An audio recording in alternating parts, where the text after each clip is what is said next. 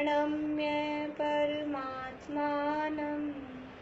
सिद्धं त्रैलोक्यवन्दितं स्वाभाविक चिदानन्द स्वरूपं निर्मलाव्ययं शुद्धजीवादिद्रव्याणां देशिकं च जिनेश्वरं द्रव्यसंग्रहसूत्राणां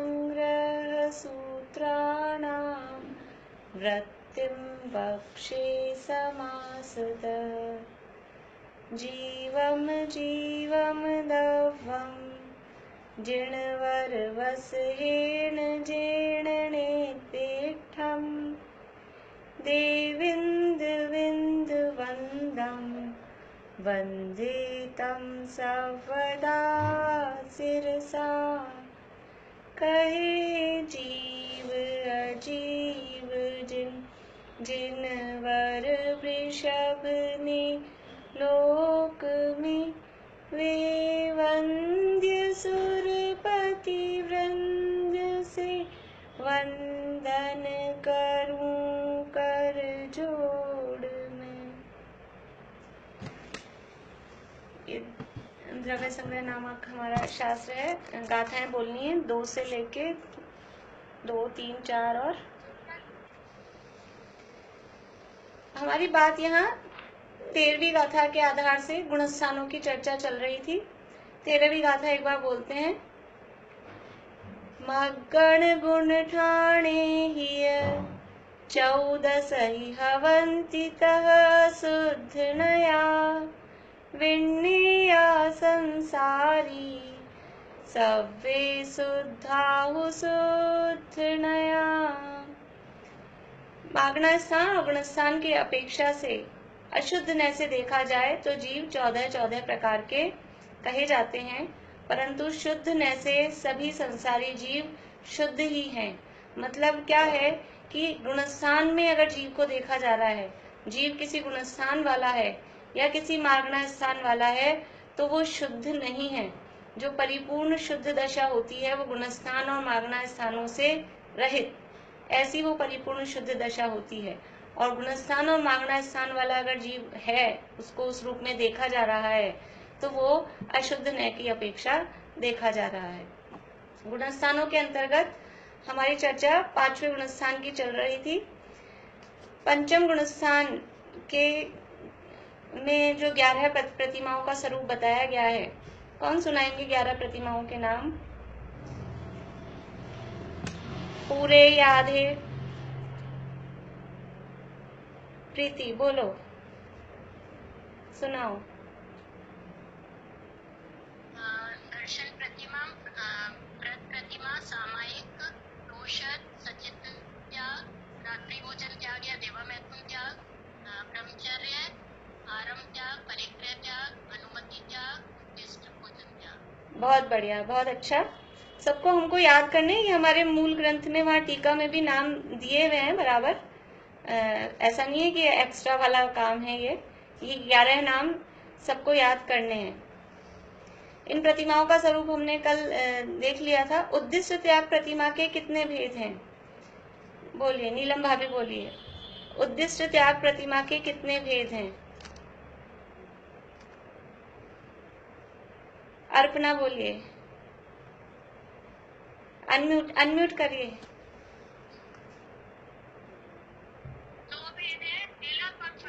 बहुत बढ़िया, 2 भेद हैं उसके, एलक और शुल्लक। पंचम गुणस्थान में सम्यक्त्व कौन कौन सा हो सकता है? कौन सा सम्यक्त्व पंचम गुणस्थान में हो सकता है? बोलिए मीता भाभी।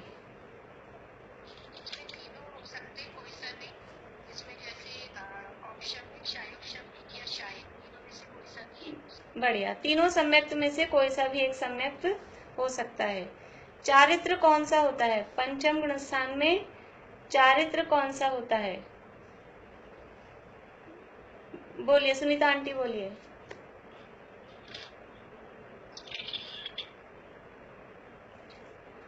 अनम्यूट करिए, सुनीता आंटी अनम्यूट करिए। हाँ हाँ, देश चारित्र होता है या संयम संयम उसको बोलते हैं। और मिथ्या सम्यक की अपेक्षा देखा जाए तो सम्यक चारित्र होता है। देखिए, चारित्रों को देखने की अलग अलग अपेक्षा है। एक तो श्रद्धा की अपेक्षा से देखा जाता है, तो श्रद्धा की अपेक्षा से दो प्रकार के चारित्र हैं, एक सम्यक चारित्र और एक मिथ्या चारित्र। तो मिथ्या चारित्र तो तीसरे गुण स्थान तक है, जहां तक समझ लीजिए मिथ्यात्व का थोड़ा बहुत भी अंश रहता है, तो वहां तक मिथ्या चारित्र है। और जहां से सम्यक तो प्रारंभ हुआ, वहां से चारित्र भी सम्यक हो जाएगा। तो ये तो श्रद्धा की अपेक्षा से हुआ।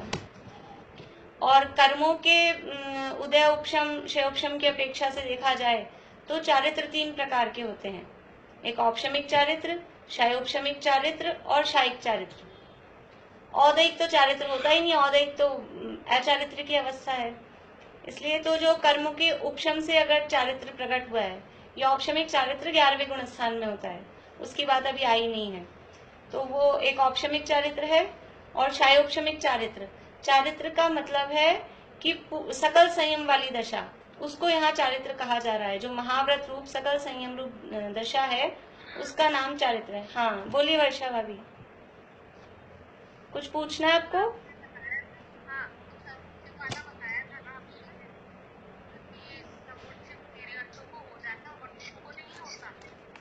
मनुष्यों को भी, मनुष्य सम्मूर्छन मनुष्यों को नहीं होता। हाँ, जो सम्मूर्छन तिर्यंच लेकिन सैनी पंचेंद्रिय हैं, सैनी पंचेंद्रिय सम्मूर्छन तिर्यंचों को हो सकता है। अगर असैनी है, 2 इंद्रिय से 4 इंद्रिय या असैनी है, उन सम्मूर्छन तिर्यंचों को नहीं हो सकता। वो शर्त तो साथ में है ही है। अपर्याप्त नहीं रहते हैं, अपर्याप्त नहीं रहते। सभी जो भी सम्मूर्छन होते हैं वो पर्याप्त भी होते हैं और अपर्याप्त भी होते हैं।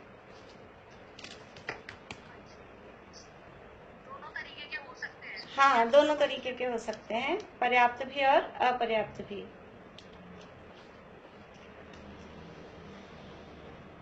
चलिए, मैं क्या पूछ रही थी? हाँ जी, सम्मूर्छन किसको कहते हैं? सम्मूर्छन कहते हैं जो माता पिता के संयोग के बिना, माता पिता से जिनका जन्म नहीं होता, वातावरण से ही जो शरीर बना के जन्म धारण कर लेते हैं, वो कहलाते हैं सम्मूर्छन। आवाज नहीं आ रही आप लोगों को? अच्छा, ये मैंने ये लगा लिया ना, मुझे आप लोगों की नहीं आ रही थी तो मैंने ये, अब आ रही है? अब आ रही है आवाज? ये मैं बाद में देखूंगी फिर।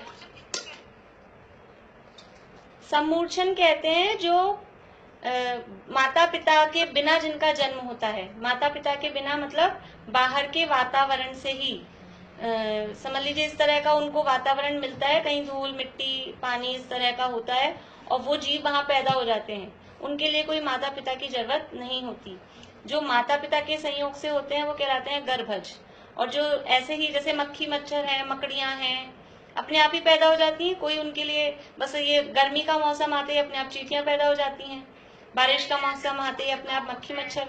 हाँ जी, थोड़ा जोर से।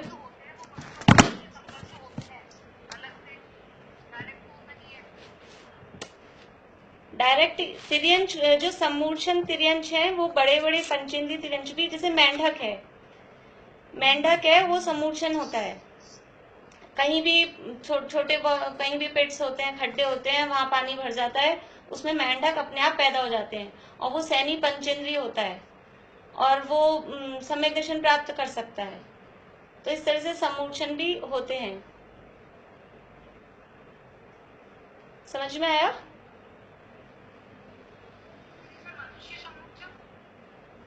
सम्मूर्छन मनुष्य होते हैं, हमने देखे थे, जो अपर्याप्त होते हैं, यानी जो कर्म भूमि की स्त्रियां हैं, कर्म भूमि की स्त्रियों के गुप्त अंगों में मनुष्य आयु और मनुष्य गति नाम कर्म के धारक ऐसे, और लब्धि अपर्याप्तक वो मनुष्य वहां पैदा हो जाते हैं। उनकी आयु होती है श्वास के 18वें भाग, इतनी सी उनकी आयु होती है, यानी उनका शरीर भी पर्याप्ति भी नहीं हो पाती है, अपर्याप्त होते हैं। जो हमने अभी 11वीं 12वीं गाथा में पर्याप्तियों के बारे में पढ़ा था, उनकी शरीर पर्याप्ति भी पूरी नहीं हो पाती है, लेकिन उससे पहले उनका मरण हो जाता है। लेकिन उनके आयु कौन सी है? मनुष्य आयु। गति कौन सी है? मनुष्य गति। वो उनका एक मनुष्य भाव है, लेकिन उसमें इतनी अल्प आयु लेकर वो पैदा हुए कि शरीर पर्याप्ति भी पूरी नहीं हो पाती, उससे पहले उनका मरण हो जाता है। ऐसे वो मनुष्य कहलाते हैं, लब्धि अपर्याप्त सम्मूर्छन मनुष्य।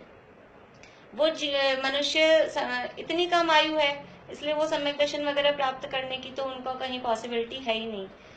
मनुष्यों में जो सम्यक दर्शन प्राप्त कर सकते हैं वो केवल गर्भज मनुष्य ही कर सकते हैं। बोली मीता भाभी। इसमें जो हमारे बोलते हैं कि मनुष्य के जो भाव है 48 होते हैं, जिसमें ये सम्मोचन वाले मनुष्य भी शामिल हैं कि? हाँ, वो मनुष्य भाव में ही शामिल होते हैं। मतलब एक मनुष्य भाव चला गया उसमें, वो मनुष्य भाव में ही शामिल होते हैं।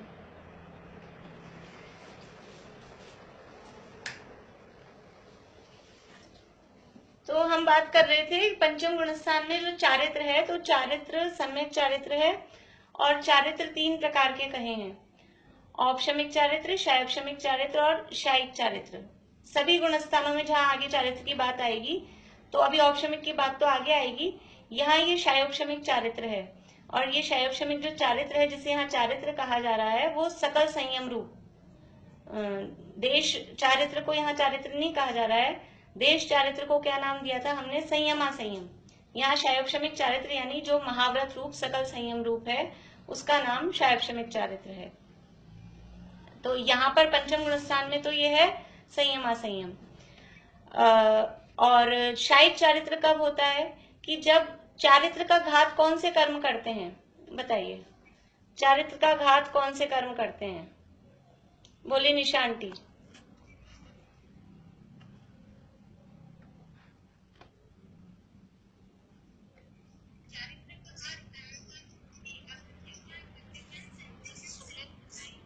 बढ़िया। जो चारित्र मोहनीय कर्म है वो चारित्र का घात करती हैं। लेकिन इन चारित्र मोहनीय में एक जो अनंतानुबंधी है, वो अनंतानुबंधी है तो चारित्र की मोहनीय की बेटी, लेकिन वो रहती किसके साथ में है? वो दर्शन मोहनीय के साथ में ही रहती है। तो यहाँ हम मुख्य रूप से किन्हें कहेंगे चारित्र का घात करने वाली? अप्रत्याख्यानावरण, प्रत्याख्यानावरण और संज्वलन और 9 कषाएं। ये 21 प्रकृतियां हैं। 4 अप्रत्याख्यानावरण की, 4 प्रत्याख्यानावरण की, 4 संजुलन की और 9 नौकशाएं। ये 21 प्रकृतियां हैं। ये यद्यपि अनंतानुबंधी भी चारित्र का घात करती है, लेकिन वो श्रद्धा का भी घात करती है, तो उसको तो वहीं हम समझ लीजिए ले लेते हैं। तो ये 21 प्रकृतियां मुख्य रूप से चारित्र का घात करती हैं। अब इन 21 प्रकृतियों का जब पूर्ण रूप से क्षय हो जाता है, तो वो चारित्र कहलाता है क्षायिक चारित्र। चारित्र का घात करने वाली 21 बोले या वो 5 को और 4 को और मिला लें तो 25 भी बोल सकते हैं। इन 25 प्रकृतियों का पूरा क्षय जहां हो जाता है, वहां कहलाता है क्षायिक चारित्र। ये जाके होगा 12वें गुण स्थान में। उससे पहले जो अवस्थाएं हैं, अभी इनका अनुदय है, तो उससे पहले जो चारित्र चल रहा है वो 6ठे 7वें से लेके वो शायोपशमिक चारित्र कहलाता है।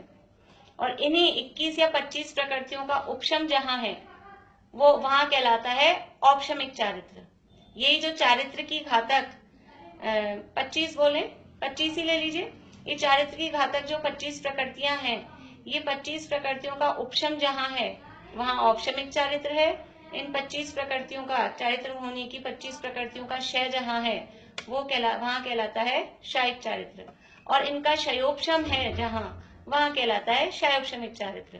तो 6ठे गुणस्थान से लेके समझ लीजिए 10वें गुणस्थान तक इनका क्षयोपशम चलता है। तो 6ठे से 10वें तक क्षयोपशमिक चारित्र रहेगा। और 5वें गुणस्थान में है संयमा संयम या देश चारित्र। काल की बात हमारी हुई थी कल। हाँ जी,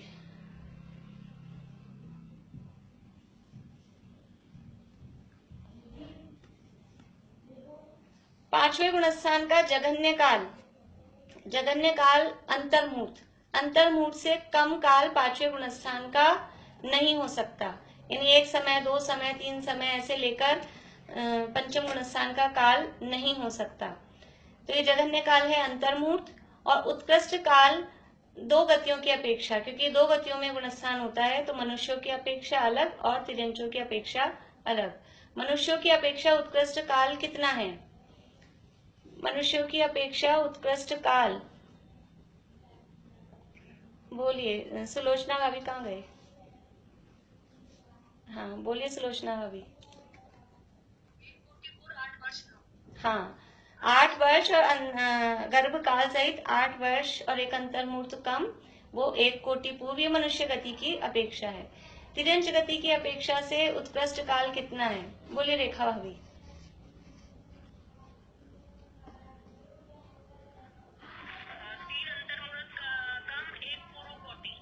हाँ, 1 पूर्व कोटि में 3 अंतर्मुहूर्त कम, वो तिर्यंच गति की अपेक्षा से ये काल है। ये पंचम गुणस्थान कौन से क्षेत्र वाले मनुष्य और तिर्यंचों को हो सकता है? कौन से क्षेत्र कहें या कौन से काल कहें, जो कुछ भी आप आंसर दे सकते हैं क्षेत्र या काल की अपेक्षा। बोलिए वर्षा भाभी। हाँ, कर्म भूमि के मनुष्य और तिर्यंचों को ही पंचम गुणस्थान हो सकता है। तो एक जो स्वर्ग का सर्वार सिद्धि का देव है, सर्वार सिद्धि के जो सम्यक दृष्टि देव हैं वो, और एक मेंढक पंचम गुणस्थान वर्ती है। यह समझ लीजिए जो शेर को सम्यक दर्शन हुआ था महावीर भगवान के पूर्व भाव में, या पार्श्वनाथ के पूर्व भाव में हाथी को सम्यक दर्शन हुआ था, तो वो शेर ज्यादा सुखी है या वो सर्वार सिद्धि का देव ज्यादा सुखी है? कौन ज्यादा सुखी है?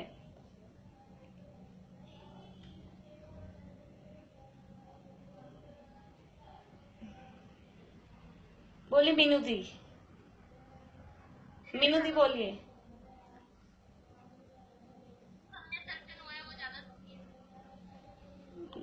जो कौन, तिर्यंच या देव, ये बताइए। मतलब उसको सम्यक दर्शन हुआ, सम्यक दर्शन के साथ उसने पंचम गुणस्थान भी ग्रहण किया था, अनुव्रत धारण किए थे। जो तिर्यंच है उसने अनुव्रत धारण किए हैं, तो वो तिर्यंच ज्यादा सुखी है या देव? वो तिर्यंच ज्यादा सुखी है, जिसने जो पंचम गुणस्थान का धारी है, जिसने अनुव्रत ग्रहण किए हैं, ऐसा वो पंचम गुणस्थान का धारी तिर्यंच वो ज्यादा सुखी है। अब इसकी कुछ विशेष बातें हैं कि इस गुणस्थान के साथ कभी भी किसी भी जीव का जन्म नहीं होता। यानी कोई जीव जन्म से, पैदा होते ही पंचम गुणस्थान लेके पैदा हो जाए, ऐसा नहीं होता। यहाँ से वो पंचम गुणस्थान वर्ती तिर्यंच मरा और मर के देवगति में जाएगा, तो देवगति में पंचम गुणस्थान के साथ जन्म हो जाए, ऐसा नहीं है। या देवगति से कोई आ रहा हो और फिर यहाँ पे मनुष्य बने तो सीधा पंचम गुणस्थान सहित मनुष्य बन जाए, ऐसा कभी भी नहीं होता। इस गुणस्थान के साथ दूसरी गति में गमन नहीं होता। मरण होते ही गुणस्थान चौथा हो जाता है। चौथे गुणस्थान को तो लेके गमन किया जा सकता है, लेकिन पंचम गुणस्थान के साथ गमन नहीं होता। यानी कि तात्पर्य क्या निकला कि विग्रह गति में, यानी हम पूछे विग्रह गति में पंचम गुणस्थान हो सकता है क्या? बोलिए मीता भाभी, विग्रह गति में पंचम गुणस्थान हो सकता है क्या? नहीं हो सकता। ठीक है। जो निवृत्ति अपर्याप्त दशा है, निवृत्ति अपर्याप्त दशा किसे कहते हैं? बोलेंगे आप? नीतू भाभी बोलेंगे? नहीं। निवृत्ति अपर्याप्त दशा किसे कहते हैं? बोलिए अर्पणा, बोलिए। नहीं। हाँ बोलिए शिमला भाभी, निवृत्ति अपर्याप्त दशा किसे कहते हैं? अनम्यूट करिए, अब वो चालू करिए।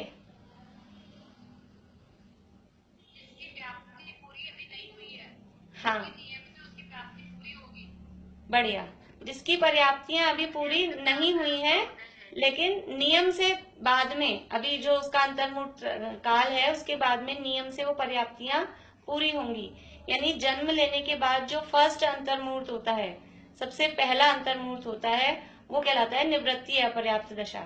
पर्याप्त यानी जो जीव है तो पर्याप्त, लेकिन अभी जन्म लिया ही है और उसकी पर्याप्तियां भी प्रोसेस में है, पूरी नहीं हुई हैं, वो वाला टाइम कहलाता है निवृत्ति अपर्याप्त। तो किसी जीव को विग्रह गति में या निवृत्ति अपर्याप्त दशा में पंचम गुण स्थान हो सकता है क्या?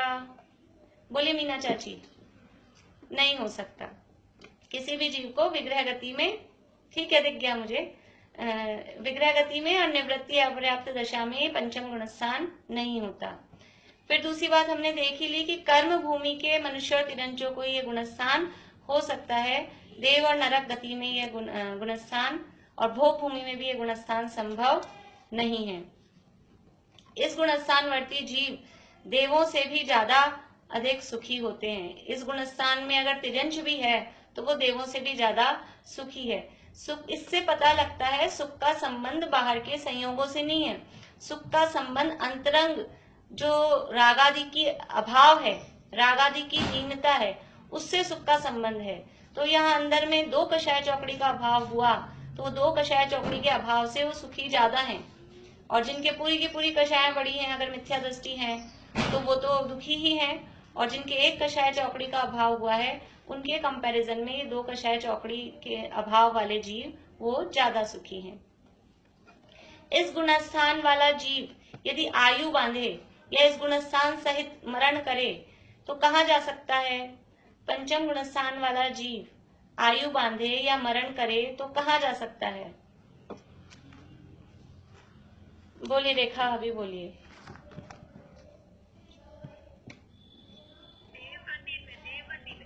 देव गति में, यानी व्रत और संयम सहित आयु, अगर कोई जीव व्रती है या संयमी है तो उसको आयु का बंध होगा उस समय, तो भी देवायु का ही होगा, और अगर उस गुणस्थान सहित मरण भी हो रहा है उसका तो देवगति में ही उसका जाना होगा।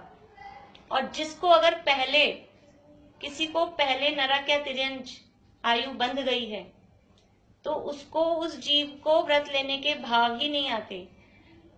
वर्षा, अभी आपको कुछ पूछना है?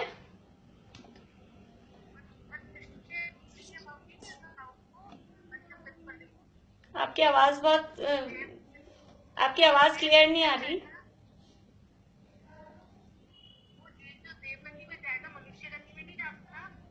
नहीं, मनुष्य गति में नहीं जा सकता। इसका कारण बता सकते हैं कोई? पंचम गुणस्थानवर्ती जीव मर के देवगति में ही जाएगा।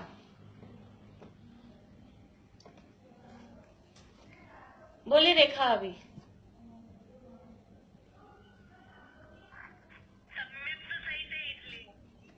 हाँ, सम्यक भी सहित है और व्रत सहित भी है। देखिए हमने देवायु के आश्रम के कारण पढ़े थे, याद है सूत्र आपको? सराग संयम संयमा संयम अकाम निर्जरा बाल तपांसी च देवस्य, उसमें नाम था सराग संयम। सराग संयम का मतलब है संयम के साथ रहने वाला राग, यानी छठा गुण स्थान। और फिर दूसरा नंबर था संयमा संयम। संयमा संयम, संयम ही तो ये 5वां गुण स्थान है, संयमा संयम ही तो इसका नाम है। तो देवायु के आश्रव के कारण में थे संयमा संयम वाली पोजीशन। तो जो जीव, और सम्यक दृष्टि सम्यक्त्वम च, एक और सूत्र हमने पढ़ा था। तो जो भी सम्यक दृष्टि जीव हैं, और मनुष्य क्यों नहीं, देखिए अगर सम्यक दृष्टि देव है तो देव तो मनुष्य आयु बांधेगा, लेकिन सम्यक दृष्टि मनुष्य या तिर्यंश है तो वो देवायु ही बांधेंगे। वो दोबारा से, अगर अभी सम्यक दृष्टि है और अभी आयु बंद कर रहे हैं तो फिर वो देवायु ही बांधेंगे। हाँ, अगर पहले मिथ्या दृष्टि थे और उस समय आयु बंद कर लिया, वो एक पोजीशन, वो बात कंडीशन अलग है। लेकिन अगर अभी सम्यक दर्शन सहित हैं तो वो देव आयु का ही आश्रय करते हैं।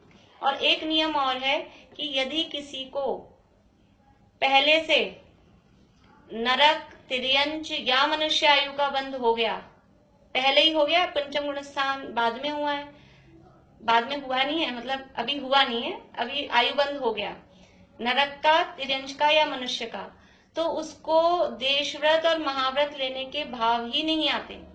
यानी वो जीव को परिणाम ही नहीं आएंगे जिसको आयु बंध हो गया है, मनुष्य का, नरक का या तिर्यंच का। अगर उसको पहले आयु बंध हो गया है तो सम्यक दर्शन भी हो जाए तो उसको महाव्रत और अणुव्रत लेने के परिणाम नहीं आते, क्योंकि महाव्रत और अणुव्रत सहित तो जीव देवगति में ही जाता है। जैसे कि समझ लीजिए राजा श्रेणिक हैं, राजा शनि को सम्यक दर्शन तो हो गया, लेकिन उनको अणुव्रत महाव्रत लेने के परिणाम नहीं आए, क्योंकि नरक आयु का आश्रव हो गया। ऐसे ही आप समझ लीजिए कि जैसे नारायण होते हैं, कृष्ण का उदाहरण अपन लें, तो जब 12 वर्ष बाद ये द्वारिका जल जाएगी ऐसी घोषणा दिव्य ध्वनि में हो गई, तो उन्होंने अपनी तरफ से सबको निश्चिंत कर दिया। राजा थे ना वो वहां के, कि जिसको मुनि बनना है, जिसको दीक्षा लेनी है, वो सब अपने आत्मा का कल्याण करो, अपने परिवार की चिंता छोड़ दो, सब हम व्यवस्था करेंगे। सबको मतलब प्रेरणा दे रहे कि जिनको भी वैराग्य आ रहा है दीक्षा लो, मुनि बन जाओ, लेकिन खुद को परिणाम नहीं आया। क्यों? क्योंकि उनको कहाँ जाना था? नरक में जाना था, क्योंकि जो भी नारायण होते हैं वो नरक में जाते हैं। इसलिए जिनको ऐसा आयु बंद हो जाता है। एक और उदाहरण आता है ऋषभदेव भगवान के पूर्व भव में, जब वो भोग भूमि में गए थे। उससे पहले के जो भव में थे, राजा वज्रजंग, शायद राजा वज्रजंग का भव था, और उनकी रानी थी श्रीमती, जो ये राजा श्रेयांश बनी, जिन्होंने प्रथम आहार दिया। तो वज्रजंग राजा थे, उनकी रानी श्रीमती थी, और उनको अपनी पत्नी से, रानी से बहुत ज्यादा स्नेह था।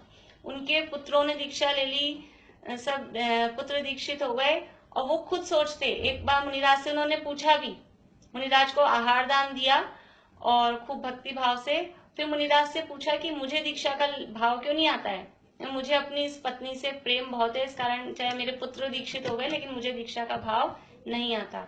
क्यों? क्योंकि उनको जाना था भोग भूमि में, वो वापस से अभी मनुष्य थे और उनको फिर से मनुष्य बनना था। तो जो मनुष्य अगर उनको बनना है तो उनको ये व्रत लेने के, संयम लेने के भाव नहीं आएंगे। तो नियम क्या हुआ कि हाँ, नहीं पहुंचेंगे, नहीं पहुंचेंगे। उनको परिणाम ही, मतलब ऐसा अपन भी देखते हैं ना, कभी कभी पढ़ते हैं, सुनते हैं, समझते हैं, लेकिन अपने को फिर भी वो काम करने का मतलब होता नहीं, उत्साह नहीं आता, वो परिणाम अपने को आता नहीं है। देखते हैं सब और लोग कर रहे हैं, लेकिन अपने को इच्छा नहीं होती, या अपने समझ लीजिए अपन कर रहे हैं तो अपने आसपास वालों को, सब समझदार हैं, सब में समझ लीजिए बुद्धि है, तर्क शक्ति है, लेकिन फिर भी वो परिणाम उनको नहीं आता। क्यों नहीं आता? क्योंकि जिसकी जैसी होनहार होती है वो परिणाम उस अनुरूप ही आते हैं। तो जिनको अगर इन 3 आयु का बंद हो गया है, उनको किसी भी रूप में अणुव्रत या महाव्रत लेने के परिणाम नहीं आते। वर्षा, अभी कुछ पूछना है? चलिए, तो ये, और अभी अपन जो छैडाला में पढ़ रहे हैं, पंचम गुण स्थान वाले को कौन सी कैटेगरी में रखेंगे? आत्मा के जो भेद प्रभेद हमने पढ़े, तो पंचम गुण स्थान वाला कौन सी कैटेगरी में है? बोलिए शिमला भाभी। हाँ सही, मध्यम अंतरात्मा, जो पंचम गुण स्थान वाला है वो मध्यम अंतरात्मा है। तो इस तरह से पंचम गुण स्थान की बात अपनी शॉर्ट में, ये बहुत कम पढ़ा है हमने, इसमें बातें बहुत हैं सभी गुण स्थानों के संबंध में, लेकिन हम बस अपने लेवल के हिसाब से शॉर्ट में उसको पढ़ रहे हैं। अब आगे है छठा गुण स्थान। छठा गुण स्थान का नाम क्या है? प्रमत्त विरत गुण स्थान। प्रमत्त विरत या प्रमत्त संयत, प्रमत्त संयत भी कहते हैं, प्रमत्त विरत भी कहते हैं। देखिए इसकी परिभाषा क्या है। यहाँ कौन से कर्म का उदय होगा? संज्वलन और नौ कषाय के, संज्वलन और नौ कषाय के तीव्र उदय के निमित्त से, संज्वलन और नौ कषाय के तीव्र उदय के निमित्त से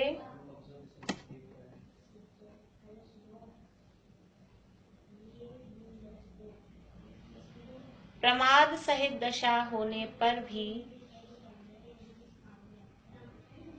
प्रमाद सहित दशा होने पर भी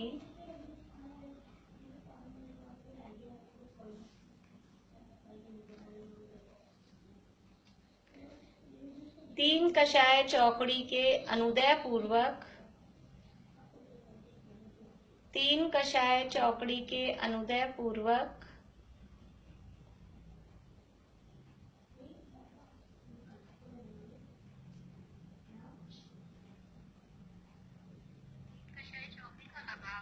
हाँ, अभाव बोल सकते हैं, अभाव ही शब्द ज्यादा मिलता है। मैंने यहाँ चला के अनुदय इसलिए रखा है कि वो अभाव में क्या कंफ्यूजन हो जाता है, थोड़ा ऐसा लगता है कि नाश हो गया, इसलिए वो क्लियर। दोनों शब्द लिख सकते हैं आप, अभाव और फिर ब्रैकेट में अनुदय, तो दोनों बातें ही ध्यान में रहे, क्योंकि अभाव शब्द भी मिलता है, ज्यादातर अभाव शब्द ही मिलता है।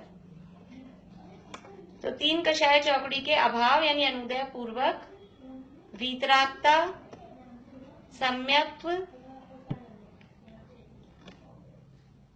वीतरागता, सम्यक्त्व और महाव्रतों से सहित परिणाम को, वीतरागता, सम्यक्त्व और महाव्रतों से सहित परिणाम को प्रमत्त विरत गुणस्थान कहते हैं।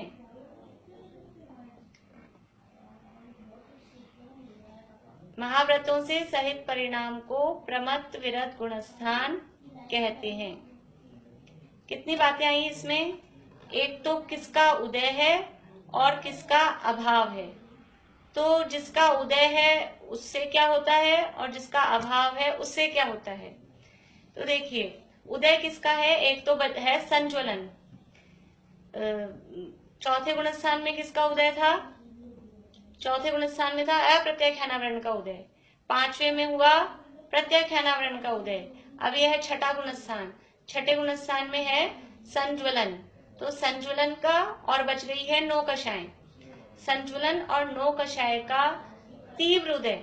देखिए, अब आगे के जो भी गुणस्थान हमारे पास बचे हैं मुनि दशा के, 6, 7, 8, 9 और 10, पांचों गुणस्थान में संजुलन का ही उदय है, क्योंकि लास्ट कषाय बची है और कषायों का अभाव तो 11वें 12वें में जाके होगा।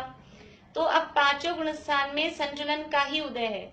तो वो संजुलन के उदय के में जो उसके समझ लीजिए तीव्रता मंदता है, उसके हिसाब से इन गुणस्थानों में फर्क पड़ेगा। तो छठे गुणस्थान में है संजुलन का तीव्र उदय, फिर 7वें में आएगा मंद उदय, 8वें में मंदतर उदय, 9वें में मंदतम उदय और 10वें में जाके रह जाएगा केवल सूक्ष्म लोक। तो इस तरह से आगे के गुणस्थानों में संजुलन का ही उदय रहेगा। तो यहाँ छठे में भी संजुलन का उदय है। अगर हम खाली इतना कह दें संजुलन कषाय के उदय से, तो वो सारे गुणस्थान एक से ही हो जाएंगे। इसलिए यहाँ है संजुलन और 9 कषायों का तीव्र उदय। तो उससे क्या होता है कि संजुलन और 9 कषायों का जो तीव्र उदय है, उसके कारण दशा बनती है प्रमाद वाली, इसलिए इसका नाम है प्रमत्त। जो संजुलन और 9 कषायों का तीव्र उदय हुआ, वो क्या इफेक्ट देता है?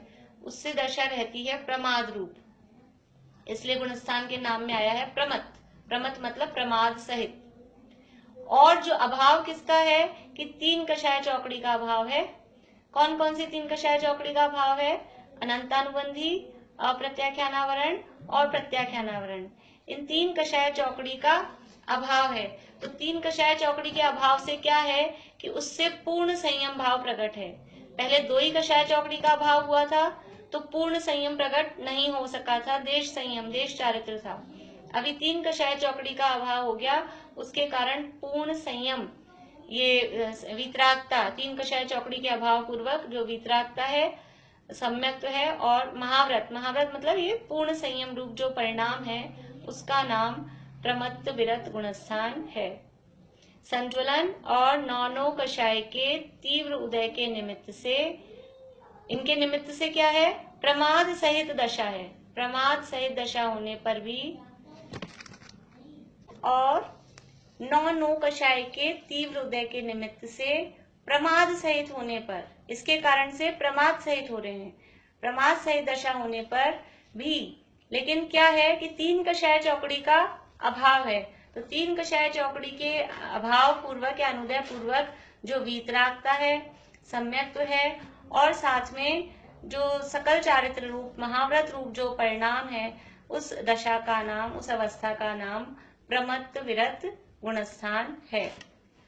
इसको प्रमत्त संयत भी बोलते हैं, प्रमत्त विरत भी बोलते हैं और सकल संयम भी बोलते हैं। सारे नाम इस छठे गुणस्थान के कहे जाते हैं। अब क्या 9 कषाय, 9 एक है 9 नंबर, संख्या का वाचक, और दूसरा है नो कषाय। नो कषाय का मतलब है हल्की कषाय, जैसे क्रोध मान माया लोभ या अनंतानुबंधी आदि हैं, ये तो तीव्र कषाय हैं, और ये हास्य रति या रति आदि ये हैं हल्की कषाय हैं। वो जितना फल उनका होता है उतना इनका इफेक्ट नहीं होता है। इसलिए अभी यहाँ शब्द आया है प्रमाद। प्रमाद की चर्चा हमने कल या परसों की थी छड़ाला की क्लास में। थोड़ा सा इसलिए शॉर्ट में बताती हूँ कि प्रमाद किसे कहते हैं। प्रमाद को सरल शब्दों में हम क्या कहते हैं? आलस, असावधानी। असावधानी का नाम प्रमाद है। लेकिन अब कहाँ, किस काम में असावधानी? यहाँ जो प्रकरण चल रहा है ये मोक्ष मार्ग का प्रकरण है, इसमें प्रमाद क्या होगा? कुछ पूछना है सुलोचना भाभी? तो इस प्रकरण में प्रमाद का अर्थ क्या है कि स्वरूप में असावधानी, अपने आत्म स्वरूप में असावधानी, उसका नाम प्रमाद है।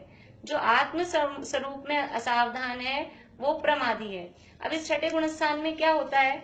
ये छठा गुणस्थान है, समझ लीजिए शुभोपयोग रूप है, और मुनिराज के जीवन में ये तो समझ में आया आपको, ये छठा गुणस्थान है मतलब मुनि दशा रूप है। बाहर में महाव्रत लिए हैं यानी मुनि दशा का गुणस्थान ये है। तो मुनि दशा में जो समझ लीजिए आहार कर रहे हैं, विहार कर रहे हैं, कुछ शास्त्र लिख रहे हैं, या आचार्य उपाध्याय के स्वरूप में हमने पढ़ा था कि वो शिक्षा देते हैं, दीक्षा देते हैं, पढ़ाते हैं। तो ये जो भी काम हो रहे हैं ये सारे काम ये छठे गुणस्थान में होते हैं। तो वो जब ये काम कर रहे हैं, कुछ शास्त्र लिख रहे हैं, किसी को प्रायश्चित दे रहे हैं, किसी को दीक्षा दे रहे हैं, क्या उस समय फिर वो आत्मा में लीन है? तो बाहर से वो ध्यान की दशा, शुद्धोपयोग रूप दशा वो नहीं है। इसी का नाम है, वो उनका प्रमाद है। आत्म स्वरूप में अभी वो लीन नहीं है। आत्म स्वरूप में जो असावधानी है उसी का नाम प्रमाद यहाँ कहा है। और अपन दूसरे शब्दों में कहें तो जो कषाय सहित अवस्था है, कषाय सहित अवस्था का नाम प्रमाद है। संचलन और हाँ, इसमें अंदर में परिणति तो शुद्धोपयोग रूप ही है ना, अंदर की परिणति। हाँ, बाद में वो देश देते हैं, वो सब देते हैं, वो शुद्धोपयोग है, पर परिणति तो शुद्ध। हाँ, शुद्ध परिणति है। ये जो तीन कषाय चौकड़ी का अभाव पूर्वक जो वीतरागता है उसका नाम शुद्ध परिणति है। वो शुद्ध परिणति तो है, तभी तो गुणस्थान अभी छठा बना हुआ है। अगर ये शुद्ध परिणति नहीं हो तो गुणस्थान से भी और नीचे गिर जाए। तो शुद्ध परिणति तो है लेकिन शुद्धोपयोग नहीं है। अभी वर्तमान में उपयोग आत्मा में लीन नहीं है। बस इसी को प्रमाद कहा है, इतनी सी चीज को ही यहाँ प्रमाद कहा है। तो शुद्धोपयोग का अभाव ही वास्तव में यहाँ पर प्रमाद है। और वैसे प्रमाद, हाँ जी, तो बुद्धिपूर्वक ही रहा है ना, जैसे उपदेश दे रहे हैं या जो भी है बुद्धिपूर्वक ही है, तो उसमें प्रमाद तो ऐसे जैसे ये बुद्धिपूर्वक ही तो है कि मुनिराज का मुख्य काम तो आत्मा में लीन रहना था। मुनि दीक्षा क्यों ली थी उन्होंने? मुनि दीक्षा ली थी मुख्य रूप से आत्म स्वरूप की साधना करने के लिए। अपने जो आचार्य उपाध्याय साधु का स्वरूप आता है मोक्षा प्रकाशक में या बालबोध पाठमालाओं में, वहां लिखा है कि मुख्य रूप से तो निर्विकल्प स्वरूपाचरण में ही मग्न रहते हैं। तो मुख्य काम तो यही है, ये दीक्षा देना, शिक्षा देना, उपदेश देना, ये उनका काम नहीं है वास्तव में। वो उसको करने योग्य मानते भी नहीं है, लेकिन उस स्वरूप में लीन नहीं रहा जा रहा है और ये राग का उदय आता है। वहां शब्द दिया कदाचित रागांश के उदय से, कषायांश के उदय से। तो ये ऐसा राग का उदय, ये संजुलन कषाय का तीव्र उदय है। ये संजुलन कषाय का तीव्र उदय है कि उनको उपदेश देने का भाव आ रहा है। संजुलन का तीव्र उदय यही है। हमको लगे तीव्र उदय तो कोई बहुत गुस्सा तेज आता होगा, बहुत तेज, बहुत मान आता होगा, ऐसा नहीं है। यही संचलन का तीव्र उदय है कि उनको आहार लेने का परिणाम आ रहा है, किसी को उपदेश देने का परिणाम आ रहा है, किसी को दीक्षा देने का परिणाम आ रहा है, किसी को प्रायश्चित देने का परिणाम आ रहा है। यही परिणाम संचलन के तीव्र उदय हैं। लेकिन ऐसे परिणाम के समय वो शुद्धोपयोग नहीं बन पा रहा है, उसी का नाम प्रमाद है। तो ये प्रमाद कहा गया स्वरूप में जो असावधानी, आत्म स्वरूप में असावधानी या शुद्धोपयोग रूप दशा का अभाव, उसका नाम ही प्रमाद है। और ये प्रमाद छठे गुणस्थान तक ही है। इससे ऊपर के गुणस्थानों में आगे प्रमाद नहीं है। जो आश्रव के कारण या बंध के कारण तत्वार्थ सूत्र में हमने पढ़े, अभी छैडाला में पढ़े थे, मिथ्यात्व, अविरति, प्रमाद, कषाय और रोगयोग, ये वही प्रमाद है जो आश्रव के कारणों में कहा। और हमने उस समय पढ़ा था 8वें अध्याय में कि प्रमाद कौन से गुणस्थान तक रहता है, कब चला जाता है। तो ये 6ठे गुणस्थान तक प्रमाद है। आप देखना पुराने नोट्स निकाल के, आपको मिलेगा उसमें। मिथ्यात्व तो पहले गुणस्थान तक है, समझ लो चौथे में अभाव हो गया, ऐसे हम बोलते हैं। अविरति कहाँ गई? ये अविरति भी एक अपेक्षा से कहें तो आधी 5वें में गई है, बाकी वो 6ठे में जाती है। और प्रमाद कहाँ नहीं है कि 7वें में प्रमाद नहीं है, 6ठे तक प्रमाद है। 6ठे तक है का मतलब 6ठे से नीचे भी सारे गुणस्थानों में प्रमाद है ही, वहां तो उतनी आत्मस्वरूप में सावधानी है ही नहीं। तो ये प्रमाद 15 प्रकार के कहे गए हैं। किसी को और कुछ पूछना है पहले? तो पहले आप लोग पूछ लीजिए, क्योंकि फिर वो नहीं तो टाइम बहुत हो जाता है। पूछना है किसी को? ये प्रमाद 15 प्रकार के कहे गए हैं। देखिए, याद है किसी को? छैडाला की क्लास में पढ़े थे जिन्होंने, बता सकते हैं कोई? हाँ बताइए ज्योति जी, बोलिए। हाँ, राजकथा, भोज कथा, स्त्री कथा और चोर कथा। चोर कथा, बढ़िया। और 5 इंद्रिय विषय, बढ़िया। और एक निद्रा, हाँ, और 4 कषाय। 4 कषाय, 4 विकथा, 5 इंद्रियों के विषय, ये हो गए 4 4 8 और 5 13। एक निद्रा और एक स्नेह। ऐसे ये प्रमाद के 15 भेद कहे गए हैं। ये चारों प्रकार की जो कषाय है, ये जब कषाय रूप परिणति होती है तो हम आत्म स्वरूप में उस समय लीन नहीं होते हैं, ये आत्म स्वरूप में असावधानी है, ये प्रमाद की दशा है। इसी तरह से विकथाएं, स्त्री कथा, भोजन कथा, राज कथा और चोर कथा। स्त्रियों के बारे में चर्चा करना, उनके रूप श्रृंगार के बारे में बातें करना, या और किसी भी तरह से बातें करना, वो कहलाती है स्त्री कथा। इसके बाद में है भोजन कथा। भोजन की चर्चा करना, क्या बनाना है, क्या नहीं बनाना है, कैसे बनाना है, क्या खाना है, ये सारी बातें कहलाती है भोजन कथा। फिर राज कथा, राजनीति की परिस्थितियों की बातें करना और उसके संबंध में अपनी विचार मतलब उसका डिस्कशन करते रहना, वो राज कथा है। और चोर कथा कि चोरी की बातें करना, चोरी के उपाय सुझाना, चोरों के संबंध में बातें करना, किस तरह से किसी को धोखा दिया जा सकता है, इस तरह की बातें करना, वो सब कहलाता है चोर कथा। तो ये 4 विकथाएं हैं। विकथा का मतलब है खोटी कथा, जो हमको समझ लीजिए हमारे आत्म स्वरूप से च्युत करती है, और इससे पाप बंध के अलावा और क्या होने वाला है। ये विकथाएं हमको कुछ लाभकारी नहीं, हम 2 3 4 लोग मिल जाते हैं और बस यही इन चारों विकथाओं में से कोई ना कोई बात चलती रहती है। इसलिए ये विकथाएं ये प्रमाद रूप हैं और पाप बंध की ही कारण है।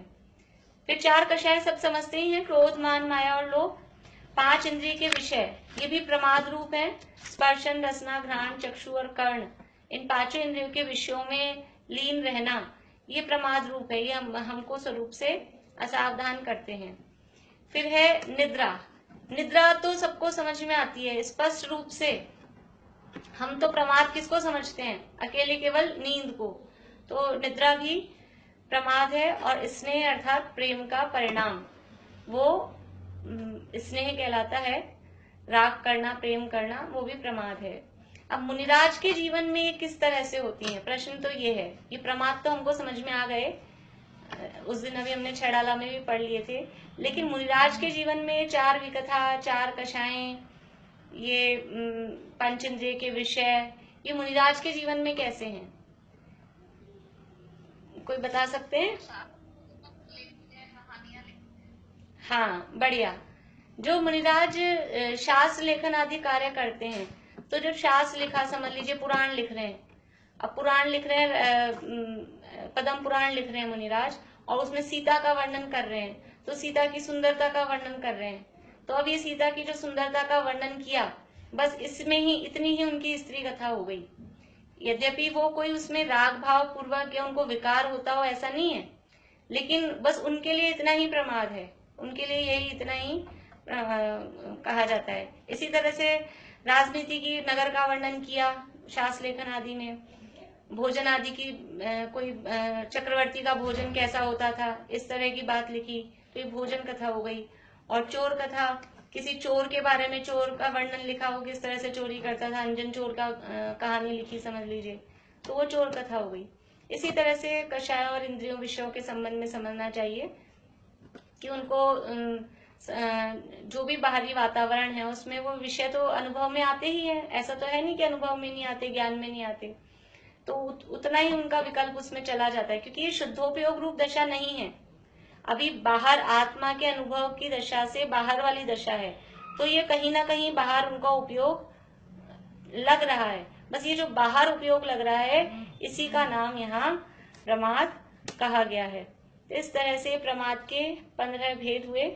अब किसी को पूछना हो कुछ तो देखिए, नहीं तो अभी पूरा करते हैं हम, फिर आगे कल देखेंगे। पूछना है किसी को? चलिए, कल रखनी है क्लास, आकुलता होती हो तो कल छुट्टी भी रख सकते हैं, जैसे आप लोगों का मन हो।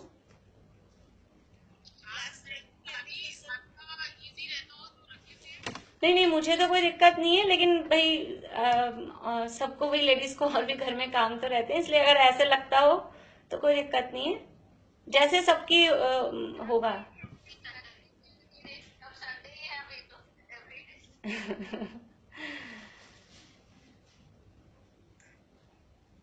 आवाज नहीं आ रही है, आवाज नहीं आ रही भाई साहब।